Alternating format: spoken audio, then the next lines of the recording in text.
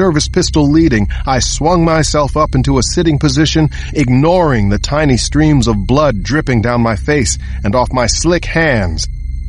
Hala was gone. Officer Carstensen lay in her own blood, shot through the right shoulder. She looked at me, dazed, released her hold on Jasper, and gestured weakly with her left hand as she tried to speak. I couldn't hear, but I understood. Hala had rolled backward off the platform the same way she'd rolled on. Jasper sniffed at the blood on his handler's shirt, got to his feet with his hackles rising, and lunged away from Carstensen. The wounded dog took 2 bounds and then leaped off the loading platform. Sound began to return to me, a dull roar, and then ringing, and then the thud of another gunshot, terribly close. The sound of Jasper yipping in pain was followed by the most terrified screams I have ever heard. These things all brought me to my feet. I jumped from the end of the loading platform, gun drawn, spotting the tracking dog and the HRT operators moving swiftly toward us. I went down on my knees and aimed along the maglite beam under the rail car, searching for the source of the screaming. Jasper had been shot again, this time in the back leg. I could see broken bone and torn sinew. But he had Hala pinned on her right side, and she was screaming in Arabic. Jasper had bitten deep into her left biceps and was shaking her as if trying to tear her arm loose from its socket. Chapter 80. Omar Nazad found antibiotic cream and bandages in the freight train's first aid kit. And he had eaten a few of those pills Hala had insisted they all carry, so his face and blinded eye throbbed less. In fact, the Tunisian felt like he was on top of things once more, doing Allah's work. As he sat astride the train engineer, pinning the man's back and shoulders to the floor of the cab, Aman was on the floor as well, bracing Tony's head between his knees and pressing his gun to the engineer's temple. From the floor, the Tunisian picked up a cup of coffee. It was fresh and scalding hot. He had just taken it out of the microwave at the back of the cab. He held it with his right hand, feeling warm and fuzzy as he reached toward the engineer's horrified face. "No! What are you doing?" Tony yelled. Nazad smiled. "What is that saying from your Old Testament? An eye for an eye?" "No, please!" Tony screamed as the Tunisian pried up his right eyelid. "It's either this or death, infidel," Nazad said, and he poured the boiling hot coffee onto the engineer's eye. Saw it turn gray and then milky as Tony went insane, bucking and screeching out pleas to God and his mother. Now the Tunisian felt better about losing his sight in one eye, and he got up off the engineer. Tony rolled around, hands covering the wounded eye. "He needs a hospital," said Pete, the other engineer who'd watched in shock. "And so do you." "I need only God's blessing," Nazad snarled. "You take him to the hospital when you finish your trip." "What?" Pete said. "What is your destination?" the Tunisian asked. "New Jersey, freight yard on the west side of the Hudson." "When you get there, you may take your friend to the hospital," Nazad said. And then he looked at Aman. In Arabic, he said, "This is your destiny, brother. You will stay on the train until you reach New Jersey, and then make your escape. Go to the Syracuse house." Upset, the Turk said, "But that's not the plan. I won't be there to see the blow struck." "And I lose an eye to see the blow struck," Nazad snapped. "These things are the will of God, brother.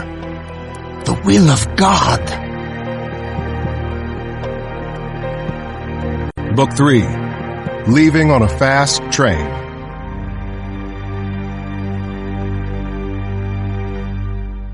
Chapter 81. They rushed both Officer Carstensen and Jasper out on stretchers from the Union Station terminal. They took Hala al-Dosari to Captain Johnson's office on a stretcher, too, that Christmas night. Plastic ties bound her wrists and ankles. Straps pinned her flat to the board. She'd be kept in Johnson's office until the roads were clear enough for the feds to transfer her. As the EMTs worked to clean up my cuts, I called home. Bree answered. "Hey," I said. "It's done. I'm good. Couple nicks, but good. Well, a lot of nicks, but still good." I heard my wife exhale gently. "That's the best news I've heard all day, Alex. When will you be home?" "Before midnight," I promised. "Just a few things to take care of now."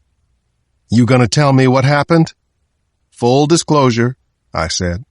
"After I open that present you were telling me about at dinner." She said, a bit skeptically. "Unless you're a Superman, I don't think you'll be ready or able to unwrap something like that tonight." "There's always tomorrow." "We're celebrating Boxing Day now?" "That too. Christmas has 12 days, you know." She laughed, said, "I love you." "I love you too. Before you know it, I'll be snoring in bed next to you." "Perfect," she said, and she hung up. Eventually, the EMTs finished cleaning and bandaging my cuts. They said I needed to go to a hospital to have the wounds checked by a doctor. Instead, I headed to Captain Johnson's office. Hala was probably still there, but soon the roads would be good enough for her to be transferred. She'd be taken to the Alexandria Detention Center, where she'd be held until her arraignment in federal court. The office door opened before I got to the FBI agent guarding it. Mahoney came out of the room, his face flushed. "She won't say a damn thing in English, Alex, and seems to find the entire situation laughable. That's not right. Someone like that's just not right in the head." "I think there's not a doubt about that," I said. "Yeah?" Mahoney said. "Well, I got an idea that just might get her thinking right. I've got to go wake up some important people. Mind if I try talking to her in the meantime?" "They're starting the transfer in 5 minutes," Mahoney said, distracted. "But sure, go ahead. Knock yourself out, Alex." Chapter 82. "Northbound CSX freight, we need to get that tunnel cleared, so you'll be first out," said the Union Station radio dispatcher, his voice coming over the speaker built into the dash of the locomotive. "You're good to go in 5. Amon pressed the muzzle of his pistol to Pete, the engineer's temple. With a shaky hand, Pete triggered the hand mic, said, "Appreciate it. Everyone safe up there?" "They set the dogs on her. Got the bitch." "Thank God," Pete said. Omar Nazad wanted to pour scalding coffee into Pete's eye, too. But he restrained himself. There was nothing he could do for Hala now, but execute the plan. Make the great blow himself. "I leave then," he said, clapping Amon on the back. "Go with God, brother." "And you, brother," Amon said. The Tunisian never bothered to turn his weeping eye toward the other engineer, who sat in the corner moaning with pain. The cold wind coming up the tunnel was like new fire against the burns on Nazad's cheek, but the bandage blocked it from hitting his eye. Nazad climbed down from the cab as the diesel engines coughed up black smoke through the exhaust stacks. The locomotive began to rumble. Nazad reached the ground, ate another pain pill, flipped on the mag light. As the freight train groaned and began to move, the Tunisian started to jog in the opposite direction, toward the tunnel mouth, thinking pleasantly about the present he and his men would soon give to all Americans on Hala al-Dosari's behalf. Chapter 83. I went into Captain Johnson's office, saw 2 FBI agents I didn't recognize standing on either side of Dr. al-Dosari's stretcher, near a window that overlooked the terminal and the tracks. Hala gazed at me, seeming to feel a mixture of contempt and interest.